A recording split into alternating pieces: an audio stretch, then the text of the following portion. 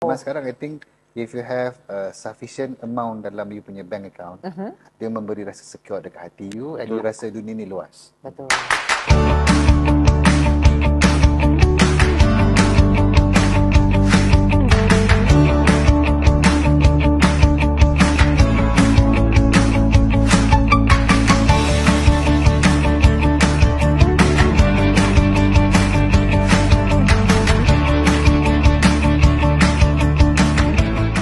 I think secure, I think jawapan yang kita nak hari ni ialah peace of mind. Peace Lebih of mind. aman. Hidup. Security tu lebih strong.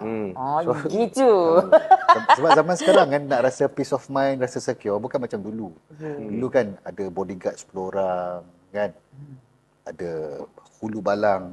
Zaman sekarang dia bercakap tentang Raja Melayu, Kesultanan Melayu so Melaka. you rasa you selamat. Teng. Back in the days you rasa you boleh ikat tali kat sini, you rasa you strong. Zaman sekarang I think if you have a sufficient amount dalam you punya bank account, dia memberi rasa secure dekat hati you and you rasa dunia ni luas. Betul. So, Setuju? hopefully tak ada bocor lah. Faham? So jadi jangan pilih satu je. KWSP pun kena ada.